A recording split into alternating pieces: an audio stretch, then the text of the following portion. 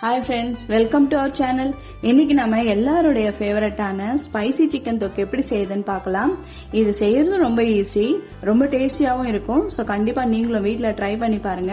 இப்போ இது எப்படி செய்யறதுன்னு பார்க்கலாம். ஃபர்ஸ்ட் நம்ம இதுக்கு ஒரு மசாலா பொடி ரெடி பண்ணிக்கலாம்.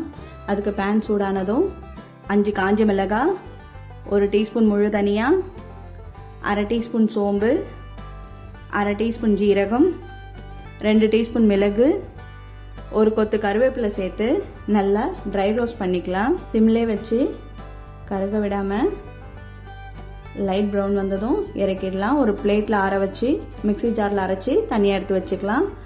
இப்போ அதே பேனில் கொஞ்சம் நல்லெண்ணெய் சேர்த்து 1/2 டீ பெருஞ்சீரகம் சேர்த்து பொரிய விட்டுக்கலாம். இன்னைக்கு நான் 2 பெரிய சைஸ் ஆனியன் எடுத்திருக்கேன், பொடியாக கட் பண்ணி சேர்த்துக்கிறேன். இது கூட 3 பெரிய பச்சை மிளகாய் நீல வாக்கில் கட் பண்ணி சேர்த்து 1 கொத்து கருவேப்பிலையும் சேர்த்து நல்லா வதக்கி விட்டுக்கலாம்.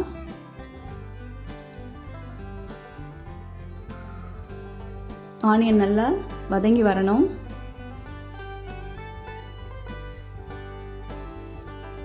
இப்போ நல்லா வதங்கி வந்திருக்கு. இப்போ இது கூட 1/2 டீஸ்பூன் மஞ்சள் தூள் சேர்த்துக்கலாம்.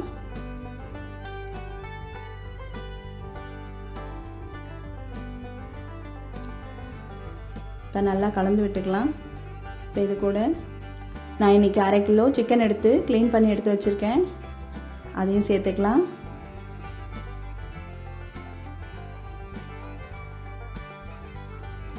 இப்போ இது கூட 1 டீஸ்பூன் இஞ்சி பூண்டு பேஸ்ட்டு சேர்த்து பச்சை வாசனை போகிற அளவுக்கு நல்லா கலந்து விட்டுக்கலாம்.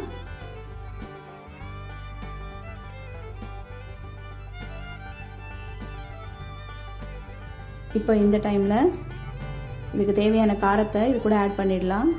1 டீஸ்பூன் தனி மிளகாய் தூள், 1 டீஸ்பூன் குழம்பு மிளகாய் தூள், தொக்குக்கு தேவையான உப்பு, அது கூட நம்ம அரைச்சி வச்சிருக்க மசாலா பொடி 1 டீஸ்பூன் சேர்த்து காரம் எல்லா சைடும் சேர்ந்து கலந்து வர அளவுக்கு நல்லா கலந்து விட்டுக்கலாம்.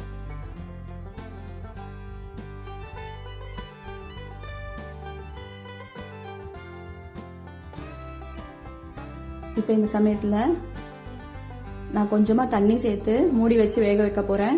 உங்களுக்கு செமி கிரேவியாக வேணும்னாக்கா கொஞ்சம் நிறைய தண்ணி சேர்த்து கிரேவியாக இறக்கிக்கலாம். நான் தண்ணி தெளித்து சிக்கன் வேக வைக்கிறதுக்கு நல்லா கலந்து விட்டு ஒரு மூடி போட்டு வேக வச்சுக்கிறேன்.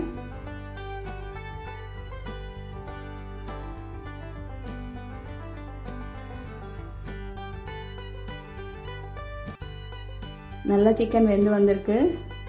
ஆயிலெலாம் தனியாக பிரிஞ்சு வந்திருக்கு. சிக்கன் சாதாரணமாக 5லேருந்து 8 நிமிஷம் வரைக்கும் வேகணும். ஸோ கொஞ்சம் மூடி வச்சு இடையிடையே கலந்து விட்டுக்கோங்க. இதை நல்லா கலந்து விட்டுருக்கேன். நல்லா வாசனை வர ஆரம்பிச்சிருக்கு. இந்த சமயத்தில் நம்ம அரைச்சி வச்சிருக்கிற மசாலாவை மீதி இருக்கிற 2 டீஸ்பூன் இதோட சேர்த்து நல்லா கலந்து விட்டுக்கலாம். இந்த ஆயிலெலாம் நல்லா சுருண்டு வர அளவுக்கு, சிக்கன் இன்னும் நல்லா வதங்கி வர அளவுக்கு இதை நல்லா ட்ரை ரோஸ்ட் பண்ணிக்கலாம். இப்பவே செம வாசனை வருது.